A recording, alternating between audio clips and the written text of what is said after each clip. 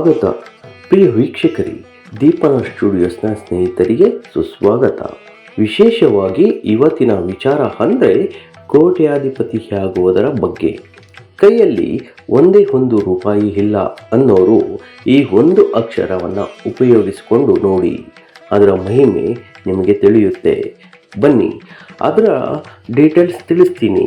But ಅದಕ್ಕೂ ಮುಂಚೆ ನಮ್ಮ ಚಾನಲನ್ನು ಸಬ್ಸ್ಕ್ರೈಬ್ ಮಾಡಿಲ್ಲ ಅಂದರೆ ಈ ಕೂಡಲೇ ಸಬ್ಸ್ಕ್ರೈಬ್ ಮಾಡಿ, ತಮ್ಮ ಅಭಿಪ್ರಾಯಗಳನ್ನು ತಿಳಿಸಿ. ಮುಂದಿನ ವಿಡಿಯೋಗಳಿಗೆ ಅನುಕೂಲವಾಗುತ್ತೆ. ನಮ್ಮಲ್ಲಿ ಕೆಲವರು, ಎಷ್ಟೋ ಜನ ಕೆಲವೊಂದು ಸಮಯದಲ್ಲಿ ಹಣಕಾಸಿನ ಅನುಕೂಲ ಇಲ್ಲದೆ ಇದ್ದಂತಹ ಸಮಯದಲ್ಲಿ ಬೇರೆಯವರಿಂದ ಹಣವನ್ನು ಸಾಲದ ರೂಪವಾಗಿ ತೆಗೆದುಕೊಳ್ತಾರೆ. ಆದರೆ ಅವರು ಎಷ್ಟೇ ಪ್ರಯತ್ನ ಪಟ್ಟರೂ ಆ ಸಾಲವನ್ನು ಅವರು ತೀರಿಸೋಕೆ ಸಾಧ್ಯವಾಗೋದಿಲ್ಲ. ಹೀಗೆ ಹಲವಾರು ರೀತಿಯ ತೊಂದರೆಗಳನ್ನು ಅವರು ತಮ್ಮ ಜೀವನದಲ್ಲಿ ಎದುರಿಸ್ತಿರ್ತಾರೆ. ಅದು ಕೇವಲ ಹಣಕಾಸಿನ ವಿಚಾರವಾಗಿ ಅಲ್ಲದೆ ಇನ್ನೂ ಹಲವಾರು ರೀತಿಯ ಸಮಸ್ಯೆಗಳನ್ನು ತಮ್ಮ ಜೀವನದಲ್ಲಿ ಎದುರಿಸ್ತಾರೆ. ಕೆಲವೊಂದಷ್ಟು ಜನರಿಗೆ ತಮ್ಮ ವ್ಯಾಪಾರ ವ್ಯವಹಾರದಲ್ಲಿ ನಷ್ಟ ಉಂಟಾಗುವಂಥದ್ದು, ಇನ್ನು ಕೆಲವೊಂದಷ್ಟು ಜನರಿಗೆ ಮನೆಯಲ್ಲಿ ಯಾವುದೇ ರೀತಿಯ ನೆಮ್ಮದಿ ಇಲ್ಲದೆ ಇರುವಂಥದ್ದು, ಪತಿ ಪತ್ನಿಯರ ನಡುವೆ ಮನಸ್ತಾಪ ಉಂಟಾಗೋದು, ನಿಮ್ಮ ಮಕ್ಕಳ ವಿದ್ಯಾಭ್ಯಾಸದಲ್ಲಿ ತೊಂದರೆ ಉಂಟಾಗೋದು, ನೀವು ಯಾವುದೇ ವ್ಯಾಪಾರ ವ್ಯವಹಾರ ಮಾಡಿದರೂ ಕೂಡ ಅದರಲ್ಲಿ ಯಾವುದೇ ರೀತಿಯ ಹೆಚ್ಚಿನ ಯಶಸ್ಸು ಕಾಣದೇ ಇರೋದು, ಹೀಗೆ ಹಲವಾರು ರೀತಿಯ ಸಮಸ್ಯೆಗಳನ್ನು ಅನುಭವಿಸ್ತೀರಿ.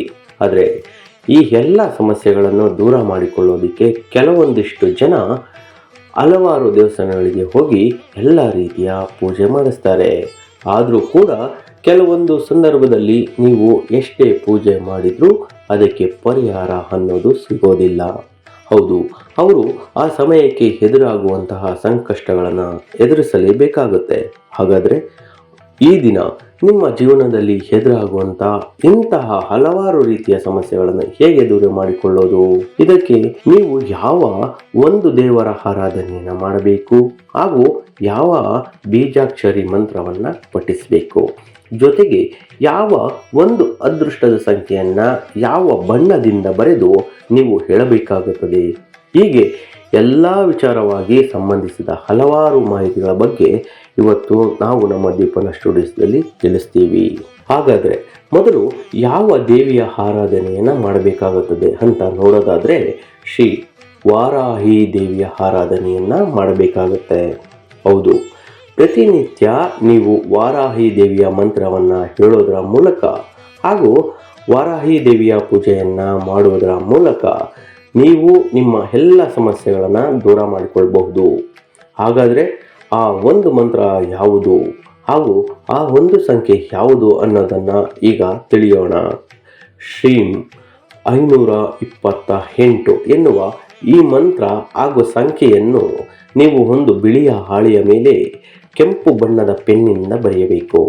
ಇದನ್ನು ನೀವು ಹೇಳುತ್ತಾ ವಾರಾಹಿ ದೇವಿಯನ್ನು ಆರಾಧನೆ ಮಾಡಬೇಕು. ಶ್ರೀಂ 528 ಶ್ರೀಂ 528 ಅಂತ ಹೇಳುತ್ತಾ ವಾರಾಹಿ ದೇವಿಯನ್ನು ಆರಾಧನೆ ಮಾಡಬೇಕು. ಪ್ರತಿನಿತ್ಯ ನೀವು ಪೂಜೆ ಮಾಡುವಂತಹ ಸಮಯದಲ್ಲಿ ಇದನ್ನು ಹೇಳ್ತಾ ಬರೋದ್ರಿಂದ ನಿಮ್ಮ ಜೀವನದಲ್ಲಿ ಬರುವಂತಹ ಎಲ್ಲ ಕಷ್ಟ ಸಮಸ್ಯೆಗಳು ಸಹ ಸಂಪೂರ್ಣವಾಗಿ ದೂರವಾಗುತ್ತೆ. ಅಷ್ಟಕ್ಕೂ ಈ ಸಂಖ್ಯೆಗೂ ಇದಕ್ಕೂ ಏನು ಸಂಬಂಧ ಇದೆ ಅಂತ ನೀವು ಕೇಳಬಹುದು. ಆದರೆ ಈ ಸಂಖ್ಯೆಯನ್ನು ಕೂಡಿದರೆ ನಿಮಗೆ 6 ಬರುತ್ತೆ. ಅದು ನಿಮ್ಮ ಶುಕ್ರ ಭಗವಾನರ ಸಂಕೇತವಾಗಿದ್ದು, ಶುಕ್ರದೇವ ನಮ್ಮ ಜೀವನದಲ್ಲಿ ಎದುರಾಗುವಂತಹ ಎಲ್ಲ ಸಮಸ್ಯೆಗಳನ್ನು ದೂರ ಮಾಡುವಂತಹ ಶಕ್ತಿ ಹೊಂದಿದ್ದಾನೆ.